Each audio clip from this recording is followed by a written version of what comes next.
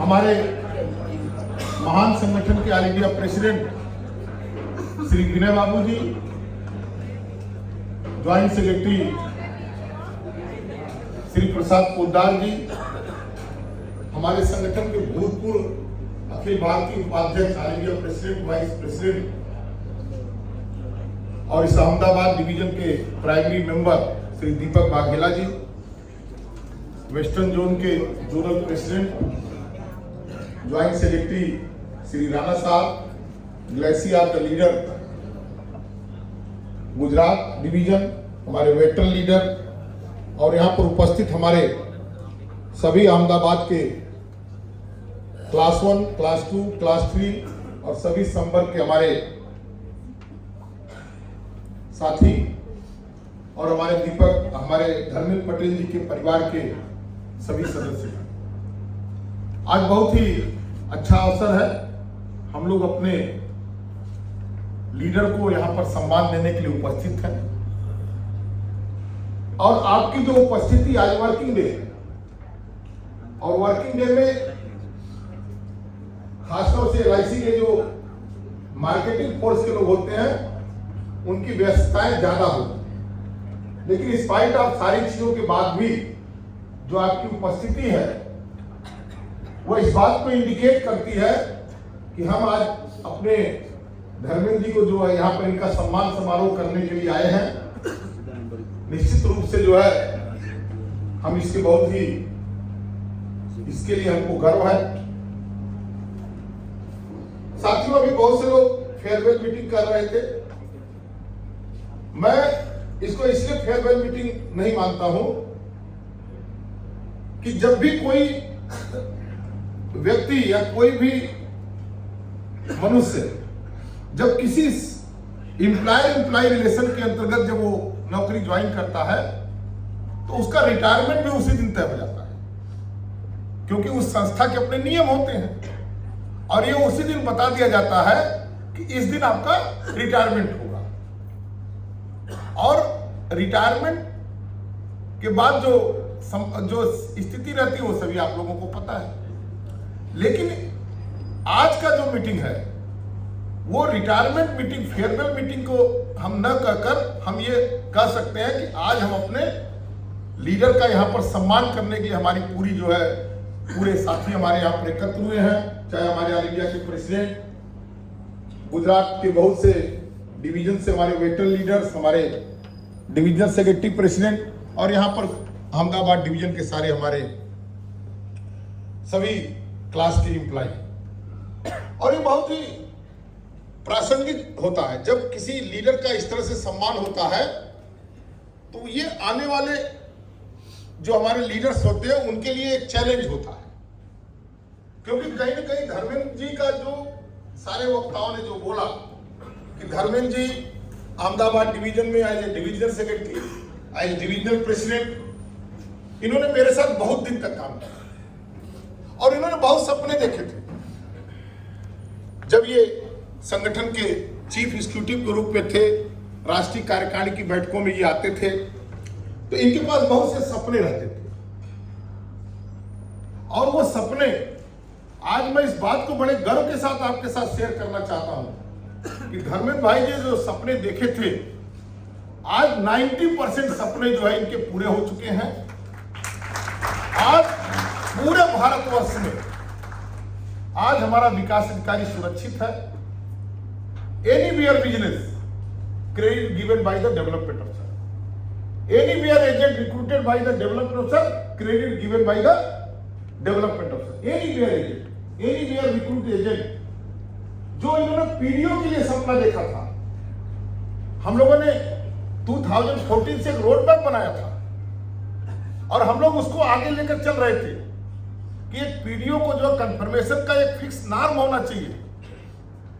आज हम बड़े प्राउडनेस के साथ ये कह सकते हैं कि आज हमने धर्मेंद्र भाई की सपने को भी पूरा कर दिया है और पीडीओ के लिए जो है पहली बार हिस्ट्री में जो है एक norm schedule first year premium income का फिक्स किया गया है और वो फिक्स कर दिया गया। बीच में सैलरी बढ़ती है, सैलरी हाइक होती है, वेज रिवीजन आता है, कंफर्मेशन में कोई इसका जो है इंपैक्ट नहीं। एक सपना हम लोगों ने देखा था कि 2018 से जो है reappointment of the agent, after the reappointment agent not getting the commission, renewal commission after the ERC. जैसे हम उसका रीअपॉइंटमेंट कराते थे उसका रिन्यूअल कमीशन बंद हो जाता था। और ये भी 31 जनवरी के पहले हम लोगों ने धर्मेंद्र भाई के इस सपने को भी पूरा कर दिया जो है। और आज हम बड़े गर्व के साथ कह सकते हैं कि भारत सरकार ने सूचित कर बहुत सी चीजों को हम लोगों ने पूरा 5 साल का हमने रीस्टेटमेंट किया कारपोरेशन ने। और एक लॉन्ग टाइम हमारी डिमांड थी, 1957 से लेकर आज तक जब भी कोई प्रोडक्ट आता था तो उस प्रोडक्ट को एजेंट कमीशन के साथ लिंक कर दिया जाता था। कारपोरेशन में जब भी कोई प्रोडक्ट आता था तो अगर उस प्रोडक्ट में विकास अधिकारी को 100% अगर क्रेडिट मिलती थी तो एजेंट को 35% कमीशन इंक्लूडिंग बोनस। एक कंसेप्ट था और कारपोरेशन इस कंसेप्ट के कारण जो है मार्केटिंग फोर्स को, खासतौर से डेवलपर्स कैडर को वो टूल्स नहीं दे पाती थी जिससे डेवलपर्स आगे बढ़कर काम कर सके। अगर एजेंट को 35% कमीशन था तो विकास अधिकारी को 100% क्रेडिट थी। अगर एजेंट को जो है 28% कमीशन बोनस था तो विकास अधिकारी को 60% क्रेडिट थी। अगर एजेंट को जो 40% कमीशन था तो विकास अधिकारी को 30% क्रेडिट का कंसेप्ट था। और अगर एजेंट को जो है 2% कमीशन है तो विकास अधिकारी को 5% का क्रेडिट का एक कंसेप्ट बना दिया गया।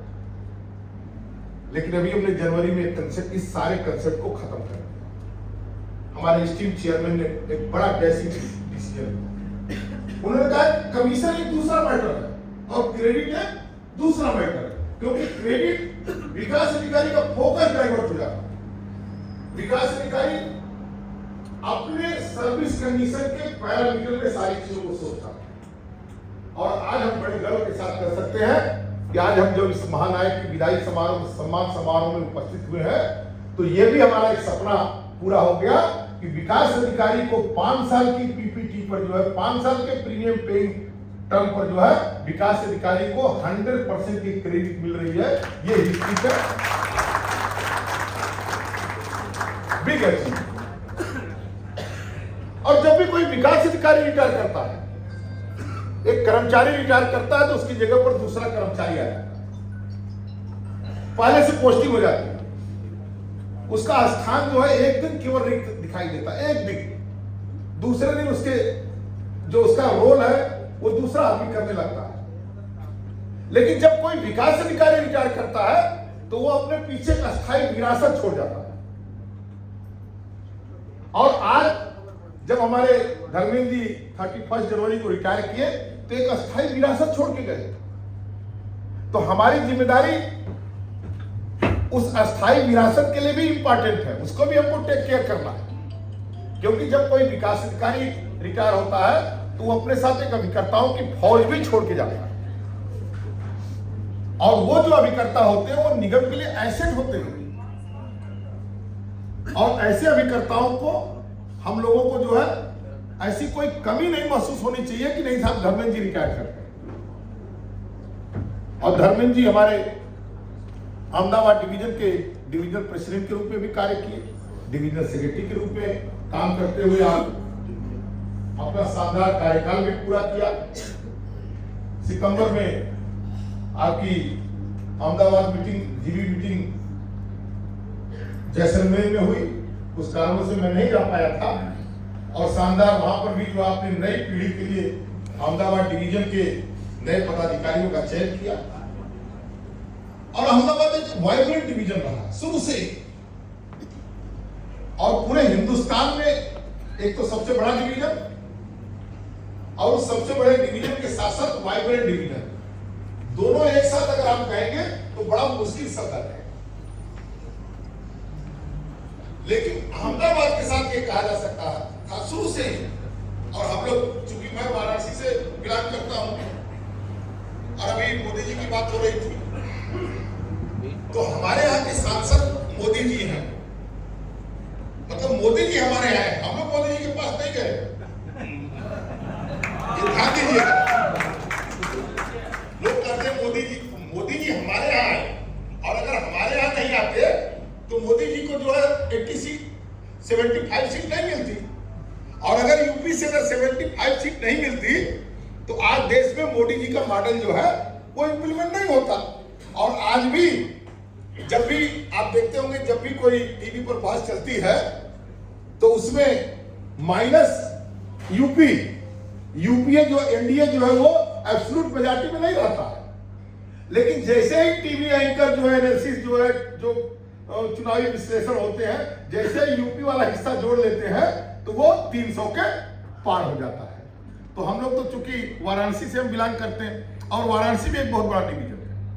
अहमदाबाद डिवीजन के बाद वाराणसी डिवीजन, यद्यपि इंस्पाइट ऑफ कि वाराणसी में विकास अधिकारी ज्यादा है, 24,000 मोर देन 24,000 वाराणसी में एजेंट है, मोर देन 370 डेवलपमेंट अफसर है, ब्रांचेस कम है, ब्रांचेस एक दो कम है, लेकिन हमारे यहाँ भी 2 मार्केटिंग मैनेजर है। तो मैं वहां का डिवीजन सेक्रेटरी था, दीपक भाई और धर्मेंद्र भाई यहाँ अहमदाबाद को लीड करते थे। तो अहमदाबाद एक वाइब्रेंट डिवीजन रहा है और अहमदाबाद ने पूरे गुजरात को जो है एक पूरे सूत्र में जो बांध कर आगे बढ़ा, और जिसका फायदा जो है पूरा ऑल इंडिया ऑर्गेनाइजेशन लिया, नॉट ओनली डेवलपमेंट अफसर कैडर। आज अभी हम लोगों ने एक बड़ी लड़ाई लड़ी, सितंबर 2022 से लेकर मार्च 2023 तक हम लोगों ने एक बहुत बड़ी लड़ाई लड़ी। हम लोगों ने उसको बहुत स्ट्रेटेजिकल चले। ये समस्याएं रहती नहीं, एलआईसी नहीं रहती। एलआईसी को बड़े ही अच्छे ढंग से खत्म करने की प्राइवेट कंपनियों ने रोड मैप बनाया। अभी हमने आपके सीडीडीएम को क्यों सम्मानित किया? क्योंकि पूरे देश में जो पहला निर्णय हुआ वो आपके अहमदाबाद डिवीजन से हुआ, जो पहले हो जाया करता था। अभी हम लोग आगे बढ़ रहे हैं, लेकिन ये तो एक दूसरी चीज थी। आईआरडीए सामने से हमारे अभिकर्ताओं को ओपन आर्किटेक्चर के अंतर्गत जो है 3 इंश्योरेंस कंपनियों का लाइसेंस देने का जो है एक मसौदा तैयार कर दिया और उसको आईआरडीए की वेबसाइट पर डाल दिया कि देश में 26 लाख एजेंट है। देश के जितने भी 26 लाख इंश्योरेंस एजेंट हैं उनको 3 लाइफ, 3 जनरल और 3 जो है हेल्थ इंश्योरेंस के प्रोडक्ट बेचने की हम एक अनुमति देने का एक ड्राफ्ट मसौदा आईआरडीए ने तैयार किया। क्यों तैयार किया? ये जानना जरूरी है। क्यों? क्योंकि आज 37 साल की सर्विस के बाद जब हम ऐसे महानायक का सम्मान करने के यहाँ पर एकत्रित हुए हैं तो हमारी नई पीढ़ी भी बैठी हुई है, और जब नई पीढ़ी हमारी सारी चीजों को समझेगी तो आगे चलकर जो है जब भी कोई ऐसी चीजें आएंगी तो बड़े दृढ़ता के साथ हम इसका मुकाबला कर सकते हैं। क्योंकि आज भी 92% जो है इंश्योरेंस सेक्टर में 92% बिजनेस जो है जो टायर चैनल से आता है उसमें 92% हिस्सेदारी एलआईसी की। बैंक का इंश्योरेंस में हम बहुत पीछे हो गए। बैंक का इंश्योरेंस में हमारी हिस्सेदारी 10% से भी नीचे हो गई। पीएनजीएस में हमारी हिस्सेदारी ज्यादा है, लेकिन जो मेन इंश्योरेंस का बिजनेस आता है वो टायर चैनल से आता है। टायर चैनल मतलब एजेंसी चैनल से, और एजेंसी चैनल में हमारी जो हिस्सेदारी है इंश्योरेंस इंडस्ट्री में एलआईसी की वो 92%। और ये 2000 से लेकर 2022 तक अगर देखा जाए तो 22 साल के बाद भी इंश्योरेंस इंडस्ट्री में भारतीय जीवन बीमा निगम की हिस्सेदारी 50% से ऊपर है। ये बहुत से लोगों को अच्छा नहीं लग रहा, क्योंकि जब 2000 में इंश्योरेंस सेक्टर खोला गया तो उस समय हमारे इंश्योरेंस के बहुत से विद्वान लोगों ने फोरकास्ट किया था। ये सही भी था, क्योंकि मार्केटिंग जो है, मार्केटिंग में फिगर तो बड़ा इंपॉर्टेंट होता है। बीएसएनएल जो है विश्व का सबसे बड़ा सब्सक्राइबर था, 65 करोड़ उसके पास जो है ग्राहक थे। बीएसएनएल के पास एक समय था 65 करोड़ जो है उसके सब्सक्राइबर थे, और जैसे टेलीकॉम सेक्टर निजीकरण के लिए खोला गया जो है विद इन 5 ईयर बीएसएनएल पूरी तरह से पिक्चर से आउट हो गया, और आज हम ये भी कह सकते हैं कि उसके पास 2 करोड़ भी सब्सक्राइबर। तो ये बात एलआईसी के लिए भी कही गई। एलआईसी के लिए जो इंश्योरेंस सेक्टर के विद्वान लोग थे उन्होंने फोरकास्ट किया था इंश्योरेंस इंडस्ट्री के कि 10 साल के अंदर एलआईसी का मार्केट शेयर जो है 25% से नीचे आ जाएगा, और सरकार इंतजार कर रही थी। कि जैसे ही 25% से नीचे आएगा हम एलआईसी को जो है अपने अनुसार, वो चाहे कांग्रेस सरकार की नीतियां हो, चाहे यूपीए सरकार की नीतियां हो, चाहे एनडीए सरकार की नीतियां हो, नीतियां एक ही है। विपक्ष में कोई रहेगा वो विरोध करेगा, लेकिन जब सरकार में आएगा तो वही काम करेगा। क्यों? क्योंकि इंश्योरेंस सेक्टर कब ओपन हुआ था? बीजेपी के जब शासनकाल में। और जब आगे उसको बढ़ाया किसने? 26% से उसको आगे किसने बढ़ाया? कांग्रेस ने बढ़ाया। बाद में उसको एनडीए की सरकार ने और आगे कर दिया और अभी 100% कर दिया। तो इसलिए हम किसी को ये नहीं कह सकते क्योंकि सिचुएशन है, उनको क्या करना उनको करना। तो जब प्राइवेट कंपनियों को लगा कि हम अब एलआईसी को कमजोर नहीं कर सकते हैं, तो एक हिडन एजेंडा लिया कि हम इंश्योरेंस सेक्टर के जितने भी एजेंट हैं उनको ओपन आर्किटेक्चर में जो है 3 कंपनियों का लाइसेंस देंगे। हमारे एजेंट भी खुश हो गए। क्यों? क्योंकि एजेंट को भी धीरे से समझा दिया गया कि साहब अगर ऐसा हो जाएगा तो आपको जो है प्राइवेट कंपनियों के बिजनेस को सामने से बेचने की जो है अनुमति मिल जाएगी। लेकिन उसका रिजल्ट क्या होता? उसका रिजल्ट ये होता कि आगे एलआईसी ट्रेनिंग सेंटर बंद कर देती, आगे एलआईसी एजेंटों पर जो टर्मिनल बेनिफिट के रूप में पैसा खर्च करती वो बंद कर देती, और आगे एलआईसी एजेंट रिक्रूट करना बंद कर देती। क्योंकि अगर हम रिक्रूट करेंगे और प्राइवेट कंपनी उसको जो यूज करेंगी तो वो नहीं होता, तो एलआईसी कमजोर होती। या हमारे एजेंट अगर 2 लाख एजेंट अगर प्राइवेट कंपनी में चले जाते, क्यों? क्योंकि हमारे जो 2 लाख एजेंट हैं वो हमारे लिए बहुत इंपॉर्टेंट है। 20% एजेंट हमारे जो है कारपोरेशन के, वो मोर देन 60% 70% से ज्यादा बिजनेस करते हैं, और प्राइवेट कंपनियों का उसी पर फोकस था। तो हम लोगों ने एक लड़ाई लड़ी, ओपन आर्किटेक्चर का हम लोगों ने विरोध किया, और उसमें अहमदाबाद डिवीजन का बड़ा योगदान रहा, पूरे गुजरात का योगदान रहा। और उस योगदान के अंतर्गत हम आपको बड़े गर्व के साथ बता रहे हैं कि आईआरडीए चेयरमैन को ओपन आर्किटेक्चर का जो ड्राफ्ट रेगुलेशन था उसको वापस लेना पड़ा। उन्होंने कहा कि हम इसको कैप्टिव अमेंस में रखते हैं, आगे देखा जाएगा। मैं इसलिए अपने नौजवान साथियों को बता रहा हूं कि हमें कारपोरेशन को सामने रखकर आगे बढ़ना है। हमारी डिमांड कारपोरेशन को स्ट्रेंथन करते हुए आगे बढ़नी है। हम ऐसा कोई सपना न देखें कि कारपोरेशन हमारी डिमांड न पूरा कर पाओ और हमारा गुस्सा आ जाए कारपोरेशन पर, जिसका सीधा रिफ्लेक्शन आपके टर्म एंड कंडीशन पर पड़ेगा, आपकी व्यक्ति पर पड़ेगा। मैं इसलिए आपके साथ चर्चा करना चाहता हूं, इसलिए मैं गुजरात के लोगों को मैं धन्यवाद देना चाहता हूं। जब हम 2016 का स्पेशल रूल लेकर गए थे चेंज करने के लिए, उस समय हमारे डीएफएस के सेक्रेटरी थे मिस्टर आडिया, और बहुत ही सीनियर पर्सन थे, सीनियर आईएएस थे। तो जब हम लोग उनके पास गए तो उन्होंने कहा कि क्या बात कर रहे हो, 38% से हम 50% करते हैं, एलआईसी को बेचना है क्या, बर्बाद करना है क्या? तो उस समय हम लोगों को लगा कि हमारे तो मामले खत्म हो गए। लेकिन हम धन्यवाद देते हैं अपने गुजरात के साथियों को, खासतौर से अहमदाबाद के साथियों को, कि उन्होंने आडिया साहब के एक चार्टर्ड अकाउंटेंट को अहमदाबाद में पकड़ा। रात को 9 बजे जो है अहमदाबाद में क्योंकि हम लोग तो कम्युनिकेशन कर रहे थे, जैसे हम लोगों ने बताया कि स्पेशल रूल का नोटिफिकेशन, जो स्पेशल रूल का जो है बोर्ड में जाएगा, परसों बोर्ड की मीटिंग है और आडिया साहब निगेटिव है, तो कुछ काम किया जाए, कुछ सारे लोग हेल्प करें। तो गुजरात ने कहा कि हमारे पास एक टूल्स है। तो हमारे दीपक जी ने कहा कि एक टूल्स है हमारे पास, हम लोग देखते हैं, उसको एक्सरसाइज करते हैं। हम लोगों ने वहां मिनिस्टर के साथ एक्सरसाइज किया, गजेंद्र सिंह शेखावत के साथ हम लोग बात कर रहे थे, तो एक एडिशनल टूल्स मिला। और उस एडिशनल टूल्स में क्या हुआ कि हमारे अहमदाबाद के साथी रातों रात जो है हमारे आडिया साहब जो डीएफएस के सेक्रेटरी थे उस समय, एक पावरफुल सीनियर आईएएस थे जिनके सामने कोई बात नहीं कर पाता था, उनके चार्टर्ड अकाउंटेंट के पास गए।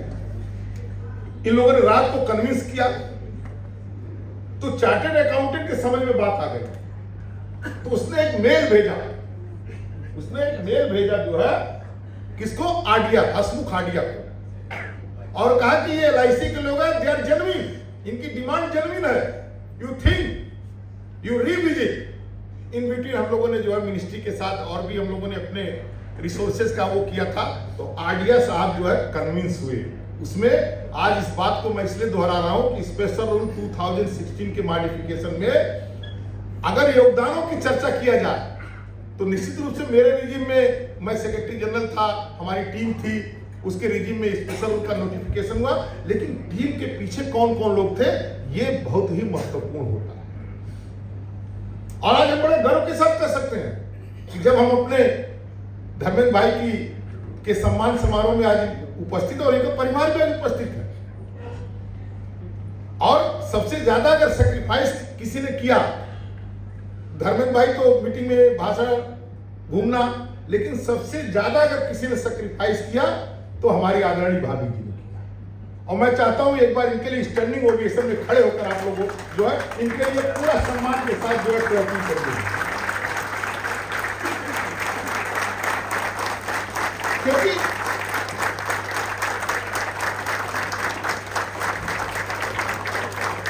धर्मेंद्र भाई ने अगर इस ऑर्गेनाइजेशन की सेवा किया तो किसके समय को कंटेल करके किया।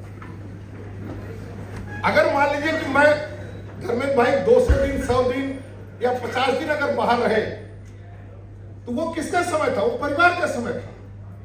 उन्होंने परिवार के समय को कर्टेल कर कर जो है अपने सदस्यों के और अपने एजेंटों का भी समय, नॉट ओनली फैमिली, क्योंकि अगर वो पूरी तरह से अपने बिजनेस पर फोकस करते, अपने परिवार पर फोकस करते, जो उनका समय का प्रबंधन रहता, तो उसका रिजल्ट दूसरी जगह मिलता।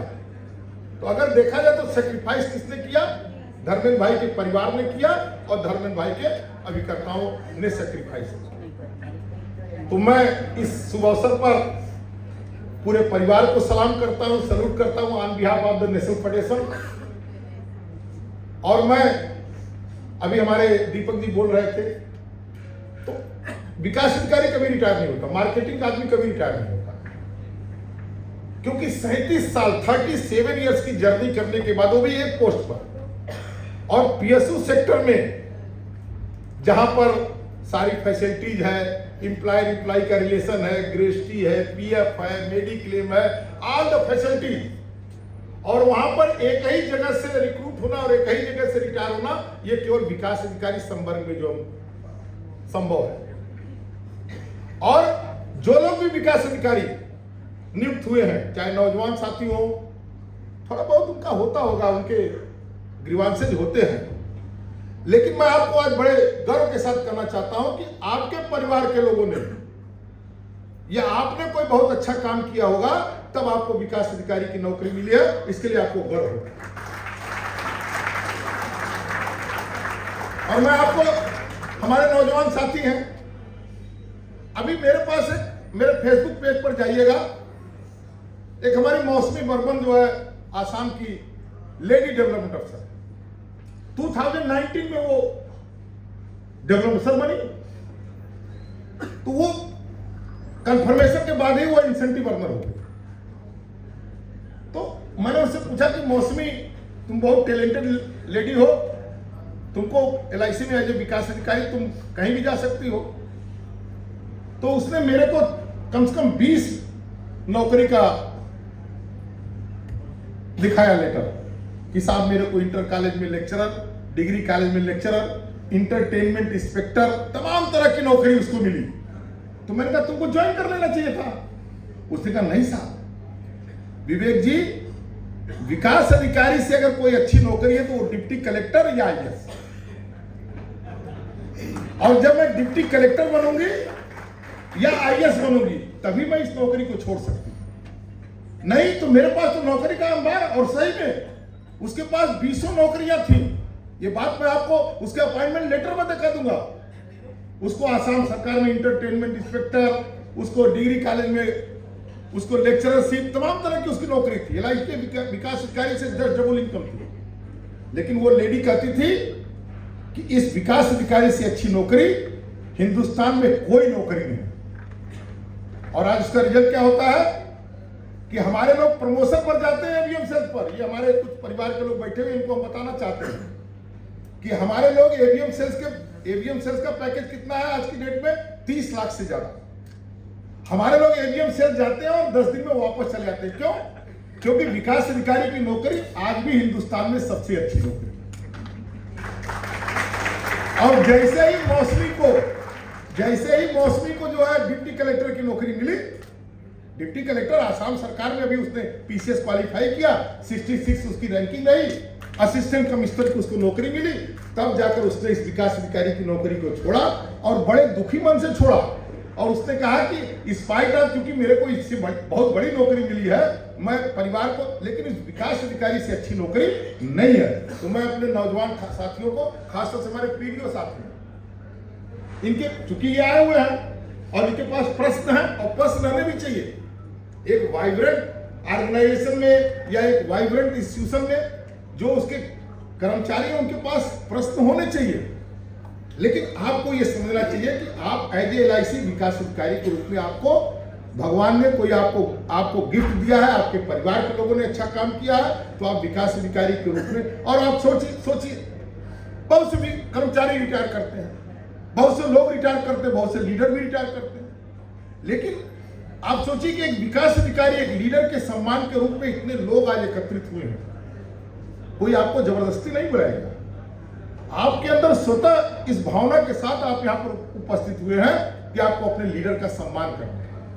और अभी आपके सीनियर डीएम बोल रहे थे, ये अंतिम, मेरा नहीं लगता मेरे को अंतिम विदाई है, क्योंकि अभी वेस्टर्न होगी, जोनल काउंसिल होगी, वहां पर भी फेयरवेल, अभी आगे डिवीजन की मीटिंग होगी, वहां पर भी फेयरवेल, अभी इसके पहले 3-4 फेयरवेल हो चुकी है, जैसा सीनियर डीएम ने बताया।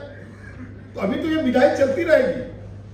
और इस विदाई के साथ हमने एक नया काम भी रिटायर्ड लोगों के लिए शुरू कर दिया है। हमने 19 जनवरी 2024 को जो है, क्योंकि डेवलपमेंट अफसर की बड़ी पिक्यूलियर प्रॉब्लम, कोई नहीं समझ सकता। डेवलपमेंट अफसर की जो समस्याएं हैं वो इतनी, और हर विकास अधिकारी की समस्याएं अलग अलग है। क्लास 3 में अगर एक बैच आता है तो उसका फॉर्म 16 एक होता है, नेक टू नेक। क्लास 1 में अगर एक बैच आता है तो उसका जो फॉर्म 16 है वो एक होता है। विकास अधिकारी में, डेवलपमेंट अफसर कैडर में 24,000 डेवलपमेंट अफसर है, किसी का फॉर्म 16 किसी विकास अधिकारी के साथ मैच ही नहीं होता। मैच करके दिखा दो, मैं बता रहा हूं आपको, हकीकत बता रहा हूं, क्योंकि एक ही बैच का आदमी ज्वाइन किया हुआ, एक विकास अधिकारी डिक्रीमेंट में आ गया और एक विकास अधिकारी 1 लाख इंसेंटिव पा गया, एक विकास अधिकारी जो है वो 10 लाख इंसेंटिव पा गया। तो जो उसका फॉर्म 16 है वो उसी अनुसार जो है आप 24,000 विकास अधिकारी और 24,000 के फॉर्म 16, इसलिए विकास अधिकारी की प्रॉब्लम और हमारे पेंशनर्स की भी प्रॉब्लम, क्योंकि सारे क्लास में एवरेज एंट्री एज जो है 25 है। क्लास 1 और क्लास 3 में जो है जो एवरेज एंट्री एज है कारपोरेशन में वो 25 है। लेकिन हमारा ऐसा क्लास है कि जहां पर एवरेज एज जो है 33 है, क्योंकि हमारे यहां जो ओपन मार्केट का भी जो आता है तो इंटरव्यू कमेटी कहती है कि बच्चों को मत चयन करना, भाग जाएंगे। तो हमारे यहां जो है जो 29 साल का रहता है, 28 साल का रहता है, उसको विकास अधिकारी बनाया जाता है। और एजेंसी कैडर भी है, एजेंसी कैडर में SC ST OBC के अंतर्गत जो है 40 ईयर्स 45 ईयर्स तक लोग भी विकास अधिकारी बन सकते हैं, और जनरल कोटे में, एजेंसी कोटे में जो 40 साल के लोग विकास अधिकारी बन सकते हैं। तो हमारी जो एवरेज एज है वो 33 ईयर्स है, और 33 ईयर्स में जो हमको रिटायरमेंट के बाद जो सुविधाएं मिलनी चाहिए वो नहीं मिलती है। सारे क्लास के कर्मचारी जो है वो आफ्टर रिटायरमेंट वो सारी फैसिलिटीज को पाते हैं, बट विकास अधिकारी नहीं पाता, क्योंकि विकास अधिकारी का जो सर्विस कंडीशन उसमें डिक्रीमेंट भी है। अब हमारे इंडिया के 10 ऐसे टॉप विकास अधिकारी हैं जो हमारे रोल मॉडल हैं, जो एम्बेसडर हैं, पोस्टर बॉय हैं। तो हमने कहा, एक बार चेयरमैन सर से हमने डिस्कस किया, हमने कहा ये जो पोस्टर लेकर आप घूमते हैं, इस पोस्टरों के बारे में आप जानते हैं? कहना क्या? हमने कहा they are not, after the retirement they are not getting third institution increment. उसने कहा अरे क्या बात करते हो? हमने कहा यस, क्योंकि ये जब विकास अधिकारी के पद पर ज्वाइन किए थे तो फर्स्ट 5 ईयर में इनका डिक्रीमेंट हुआ था। तो डिक्रीमेंट होते होते जब ये 21 साल पर पहुंचे तो 27-28 साल हो गया, और इनको इंस्टीगेशन इंक्रीमेंट करने के लिए 9 साल और चाहिए, तो 37 साल, अभी 36 साल की नौकरी है, 1 साल बाद रिटायर कर जाएंगे। तो विकास अधिकारी की जो सर्विस है वो बड़े अलग प्रकार की है। हर विकास अधिकारी की अलग समस्या, किसी का एजेंट अटैचमेंट है, किसी को कार चाहिए, कि मतलब आप समझिए कि एक दूसरे से मैच कहीं नहीं। तो इसी तरह से हमारे पेंशनर्स लोगों की भी समस्याएं हैं। तो हमने 2024 को 19 जनवरी को जो हमारा फाउंडेशन डे है, उसी दिन हमने एक विकास अधिकारी की ऑल इंडिया यूनियन बनाई। तो इसलिए कोई रिटायरमेंट, कोई फेयरवेल कुछ नहीं है, बस आज थोड़ा विश्राम होगा 2-4 दिन का, 10 दिन का जो है। इसके बाद धर्मेंद्र भाई का काम जो है शुरू हो जाएगा। दीपक जी का शुरू हो चुका है, दीपक भाई का जो काम शुरू हो चुका है जो, ठीक ना। थोड़ा दीपक भाई और धर्मेंद्र भाई में थोड़ा गैप रहेगा, क्योंकि दीपक भाई ऑल इंडिया जोन को देखेंगे और धर्मेंद्र भाई पूरा गुजरात देखेंगे, ठीक है ना। तो धर्मेंद्र भाई, आपसे मेरा निवेदन है कि जितना जल्दी हो सके, मैं आपसे यही चीज मांगने आया हूं कि जितना जल्दी हो सके आपके नेतृत्व में अहमदाबाद डिवीजन के रिटायर्ड डेवलपर्स की यूनियन का गठन हो जाए, और उसका जो है विधिवत जो है, जैसे हमने वहां उद्घाटन किया वैसे आप भी उद्घाटन करें जो है। और जरूरत होगी तो आप हमको भी अगर बुलाएंगे तो हम भी आएंगे जो है, और हम आपको नई जिम्मेदारी आज देने आए। कोई वो चीज नहीं, क्यों? क्योंकि आप रिटायर, पहले तो आप अपने को रिटायर मानिए ही मत, कहीं से रिटायर लग रहा है, कोई है मतलब? तो इसलिए कोई रिटायरमेंट का मतलब नहीं है। आज हम लोग आपके 37 साल की सेवाओं का एक विश्राम आया, हमने आपका सम्मान किया। आज के बाद जो है एक नई पारी की शुरुआत करेंगे, और आपका नया जो आने वाला नया चरण है वो पूरी तरह से खुशियों से भरा रहे। बाबा विश्वनाथ की आपके ऊपर कृपा रहे, आपका परिवार पूरी तरह से जो है पुष्पित पल्लवित रहे। इन्हीं शुभकामनाओं के साथ एक बार पुनः मैं आपको हार्दिक शुभकामनाएं प्रेषित करता हूं। धन्यवाद, धन्यवाद, धन्यवाद।